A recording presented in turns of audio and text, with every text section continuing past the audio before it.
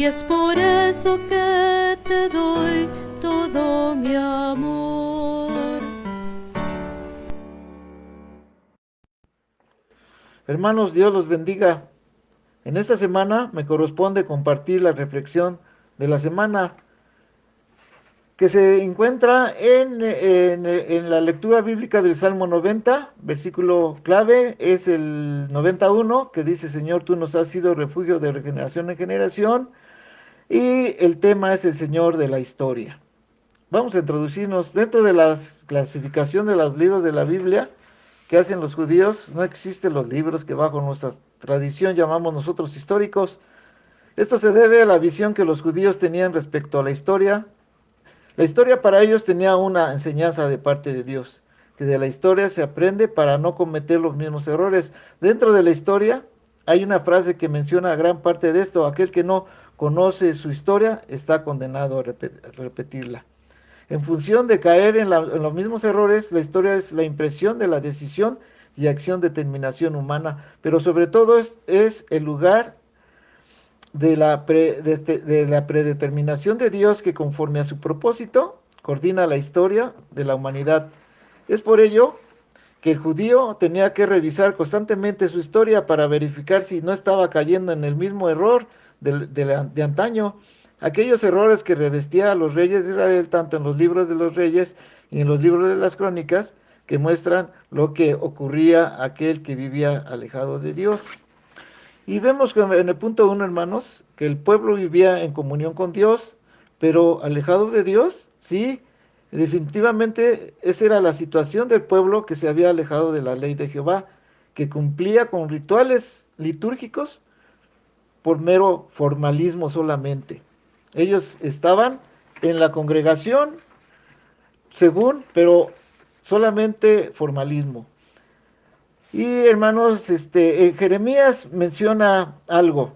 En Jeremías capítulo 2:19, que dice así, yo se los voy a leer: su propia rebelión y maldades demuestran que ustedes son culpables.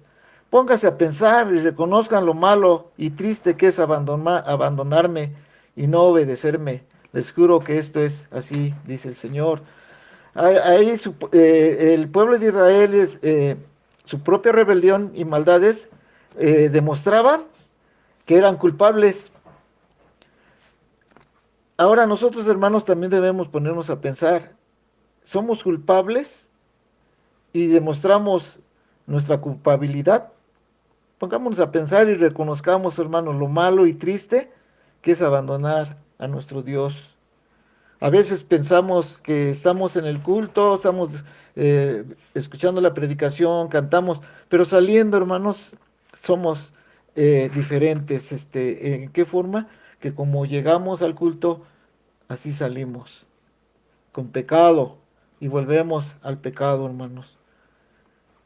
Pero también Dios dijo, hermanos, a este pueblo, hermanos, hay algo que en la teología sistemática, hermanos, también se conoce como consecuencia natural del pecado, y esa es la que se da cuando alguien persiste en pecado. Todo el pecado tiene una consecuencia. La misma maldad y rebeldía del pueblo se volverá contra sí mismo. El haber dejado a Jehová tiene consecuencias fatales. Ellos estaban en el acto cúltico, pero no tenían confianza, pues habían abandonado el temor de Jehová y el temor reverencial a Dios. Y aquí en Jeremías 3:11 al 13 nos dice: Dios también me dijo, Jeremías, aunque Israel me fue infiel, al fin de cuentas resultó ser mejor que Judá. Así que dirígete al norte y anuncia este mensaje: Israel, pueblo infiel, vuélvete a mí. Me olvidaré por completo de mi enojo y te recibiré con los brazos abiertos, porque soy un Dios bondadoso. Tan solo te pido que reconozcas tu culpa, que admitas que te rebelaste contra mí, que no has querido obedecerme y que bajo la sombra de cualquier árbol has adorado a otros dioses. Te juro que es así. A veces, hermanos, nosotros también, hermanos, estamos en el culto, vuelvo a repetir, pero salimos, hermanos, si no reconocemos nuestro pecado, volvemos a caer en el pecado. Por eso el Señor les decía: este pueblo infiel, o pueblo infiel, vuélvete a mí. Y le dice el Señor, si confesaras mis pecados, me olvidaré por completo de mi enojo y te recibiré con los brazos abiertos porque soy un Dios bondadoso. Tan solo te pido que reconozcas tu pecado.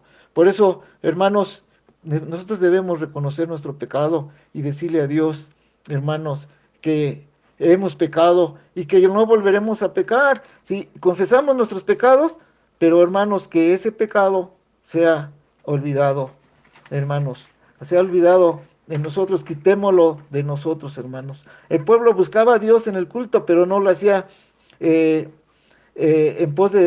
no lo hacía con fe, pero, y sí iba en pos de dioses ajenos, haciendo esto, hermanos, cada vez que salían del culto. Entonces, hermanos, yo creo que no debemos nosotros ser como este pueblo infiel, hermanos. Así que, hermanos, solamente debemos reconocer nuestra historia de cuando nosotros conocimos a Dios y, hermanos, qué historia tenemos hasta este momento que estamos escuchando esta reflexión. ¿Has pensado qué historia tienes? ¿Le has fallado a Dios o le hemos fallado a Dios? Pero si nosotros le hemos fallado a Dios, hermanos, el Señor, es bondadoso, es amoroso, dice aquí, solamente Él quiere que confesemos nuestros pecados y que volvamos nuevamente a Él.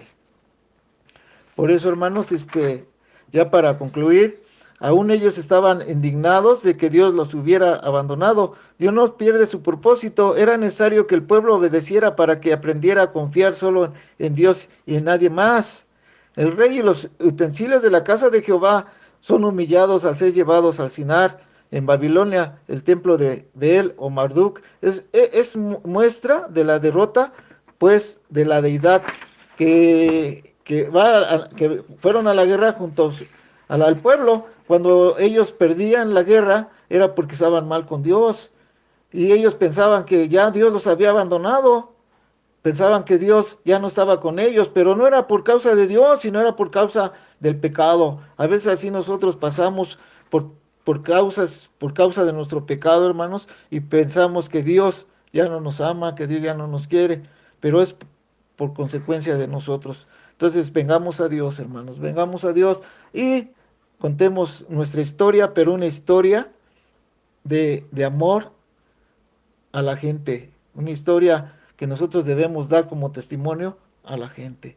Así que vamos a orar. Padre, te agradecemos porque una vez más nos enseñas de tu palabra y nos das, Padre, esta reflexión para que conozcamos nosotros que tú eres un Dios amoroso, un Dios bondadoso, que siempre, Señor, estás con nosotros en las buenas y en las malas. Tú nunca nos dejas, Padre. Y si estamos en las buenas y en las malas, es a veces por causa de nuestro pecado, porque no te buscamos y no hacemos tu voluntad. Por eso, Dios, perdónanos en esta hora, Dios, y bendice nuestras vidas en el nombre santo de Jesucristo. Amén. Que Dios los bendiga, mis hermanos.